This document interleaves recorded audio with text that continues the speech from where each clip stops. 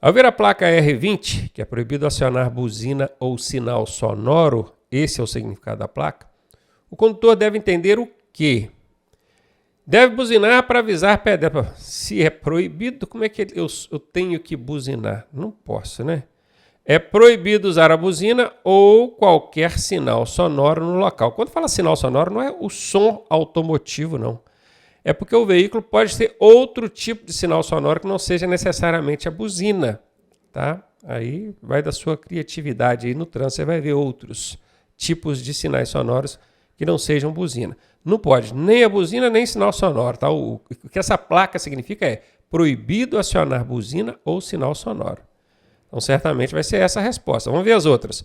O uso da buzina é obrigatório? Não, pelo contrário, ele é proibido.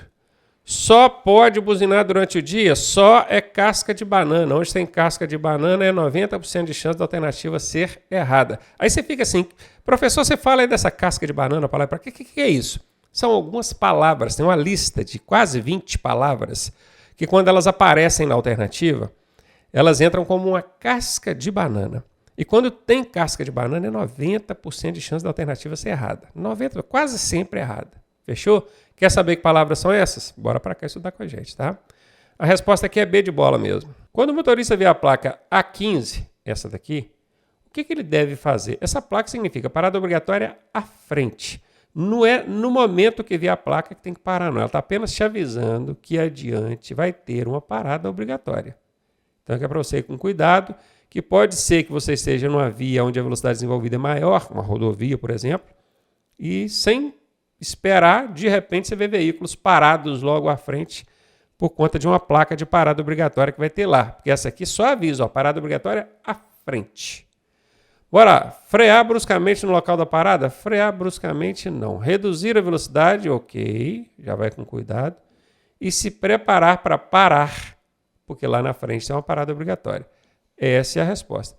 Parar sobre a faixa pedestre não pode, acelerar não é uma boa ideia, onde a placa indica que à frente é uma parada obrigatória. B de bola aí a resposta. E aí, tá gostando da aula? Eu sou o professor Ronaldo Cardoso e tenho o caminho das pedras para você chegar à sua aprovação da forma mais suave possível. Se você fizer exatamente o que eu te pedi, eu garanto que você passa. Clique aqui no primeiro link da descrição e vem ser aprovado com a gente. Qual é a principal diferença entre uma placa de regulamentação e uma placa de indicação? A placa de regulamentação, ou as placas de regulamentação, tem um formato circular, borda externa vermelha, são aquelas placas impositivas, imperativas. Dentro delas tem sempre uma ordem, uma proibição. Quando é proibição tem aquela tarja transversal. Essas são as de regulamentação. Enquanto as de indicação, como o próprio nome já diz, elas são ali para indicar locais, sentidos, distâncias, pontos de atrativos turísticos, serviços prestados aos bordos da via pública, ou nos bordos da via pública, seria melhor dizer assim, e cores variadas, né? Azul, quando é serviço auxiliar, marrom, quando é atrativo turístico, e por aí vai. Mas aí vai, as de regulamentação impõem regras. Ok, exatamente, as placas de regulamentação são impositivas, são as mandonas. E as de indicação apenas informam. E a de indicação apenas informa. Aí tem muita gente que ficaria em dúvida sobre marcar essa aqui. Não vou marcar essa não porque ela tem uma casca de banana. E onde tem casca de banana, o professor diz que é 90% de chance de estar errado. Só que 90% não é 100%. Então, nesse caso, essa alternativa está correta. E ao invés de você aplicar o macete da casca de banana aqui, você pode aplicar do elefantinho, né? Alternativa curta, curta, curta, alternativa grande. Aquela destacadamente maior é o elefantinho, 80% de chance dela ser a resposta. E ela é, tá? Bebi uma taça de vinho, dá para dirigir? Isso aqui é a pessoa dizendo, bebi uma taça de vinho, será que dá para dirigir? Qual a resposta correta para essa pergunta? Por óbvio, parece que não, né, gente? Então aqui tem um sim, ó, já estou fora. Ah, mas é perto de casa, nem assim pode. Não, beleza, não já. Ó, qualquer quantidade de álcool aumenta o risco de sinistro e é infração de trânsito, isso é verdade. Sim, se não tiver fiscalização. O pessoal fala, tem fiscalização? Não, então eu posso dirigir. Poder não pode não, tá? Às vezes a pessoa até vai. Não, pois pode ser denunciado. Que pode ser denunciado? Pode, mas não é por isso que você vai deixar de dirigir. É mais por causa da questão de sinistro, segurança. Então aqui está fora. Vamos então de letra B de bola. Se tiver que chutar aqui, vai chutar na maior zona, né? O elefantinho, ó. Uma linha e mais um pouquinho aqui de resposta. Paulo bebeu cerveja antes de dirigir. Eita, Paulo, hein? E disse, só umas latinhas não fazem mal. Ainda falou que só umas latinhas não fazem mal. O que essa atitude representa? A atitude representa falta de percepção de risco. Concordo. Desobediência à legislação. Concordo. Pois qualquer quantidade de álcool prejudica a capacidade psicomotora para dirigir. Concordo também. Tá vendo? A alternativa muito grande, eu vou picando ela. Eu vou lendo as partes e dizendo se eu concordo com essa parte, se eu discordo com a outra. Aqui eu concordo com as 3 partes. Professor, mas tem uma casca de banana aí, ó. Casca de banana é 90% de chance da alternativa ser falsa. Mas 90% não é 100%. E aqui eu lendo a alternativa, eu concordei com todas as partes dela. Então, não achei que ela é falsa, não. Deixa aqui por enquanto. É algo permitido se não houver blitz. Ah, não tem blitz, então eu posso. Não é que pode. O cara às vezes até vai, arrisca, mas permitido, né? Não. É um erro sem importância. Que é um erro, eu concordo. Agora, sem importância? Não. É uma tradição comum. E sem problema, pode até ser comum a pessoa beber e dirigir, que a gente vê isso acontecer no trânsito. Infelizmente. Mas sem problema? Não é sem problema, não. Vamos de A. E se tiver que chutar aqui, né, gente? Elefantinho. Isso aqui, no caso, é um elefantão. Ó, 3 linhas de resposta. Onde tem um elefante desse, é 80% de chance dele ser a resposta. E nesse caso, confirmada a letra A. Por que ler atentamente uma notificação de multa? Notificação é aviso.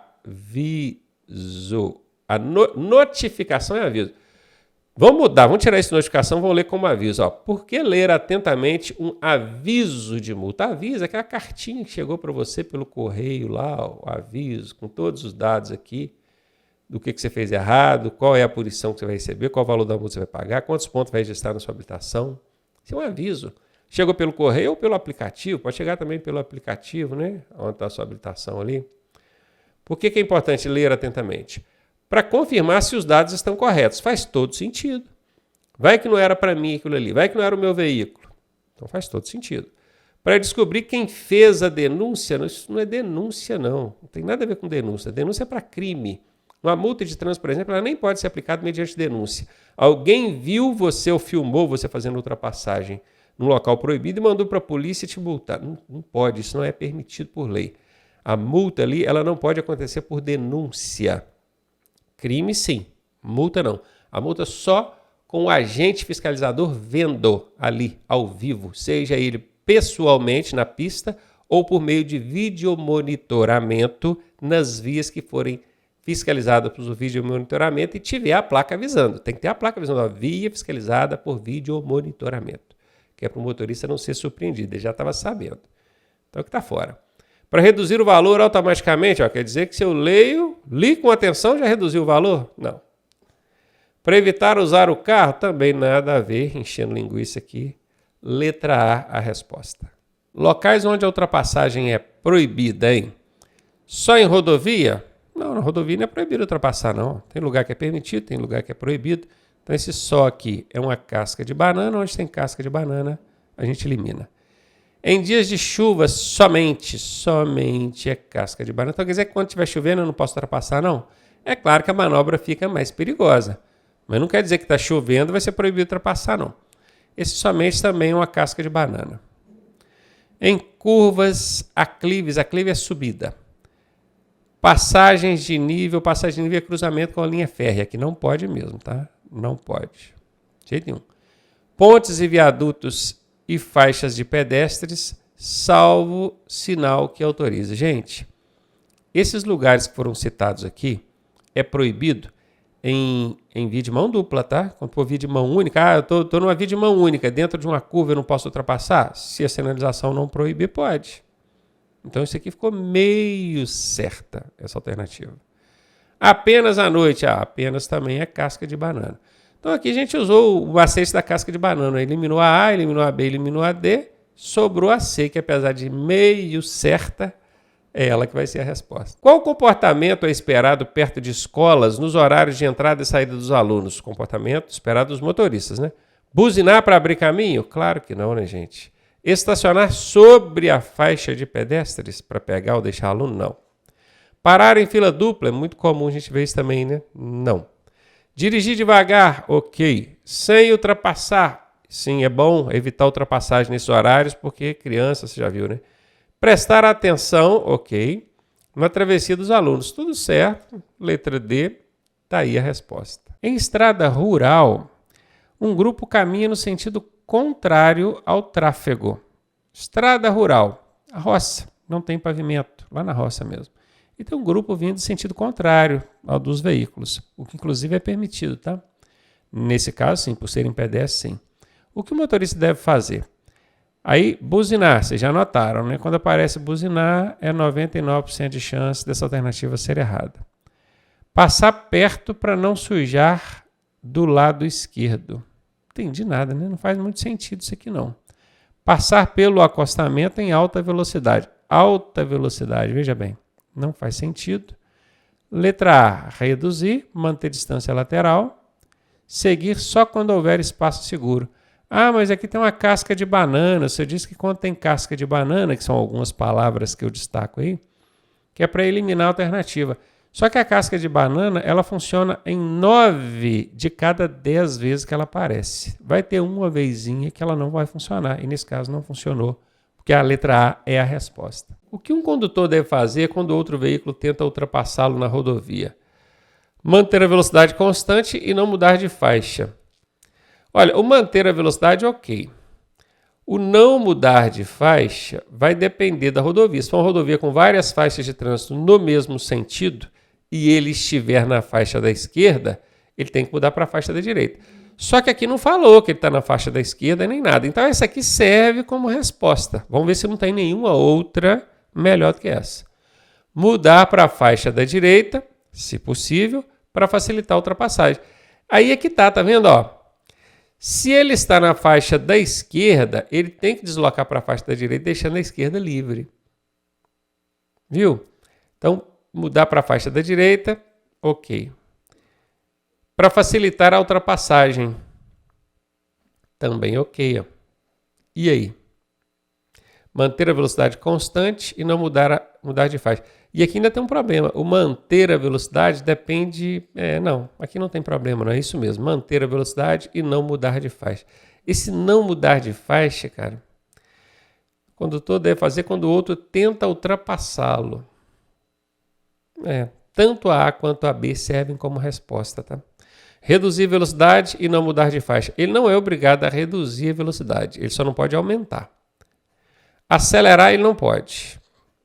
Então ficou entre A e B. Toda vez que você ficar em dúvida entre duas alternativas, vai na maior, vai no elefantinho. 80% de chance da resposta ser o elefantinho. Bora ver se vai funcionar aqui? Aí, ó. Tá vendo? B de bola, questãozinha tenebrosa, com duas alternativas aí sendo corretas, porque a questão não foi muito específica, não explicou a situação, né? Então, a gente acaba tendo que ir no chute aqui mesmo e chutou no elefantinho, alternativa maior.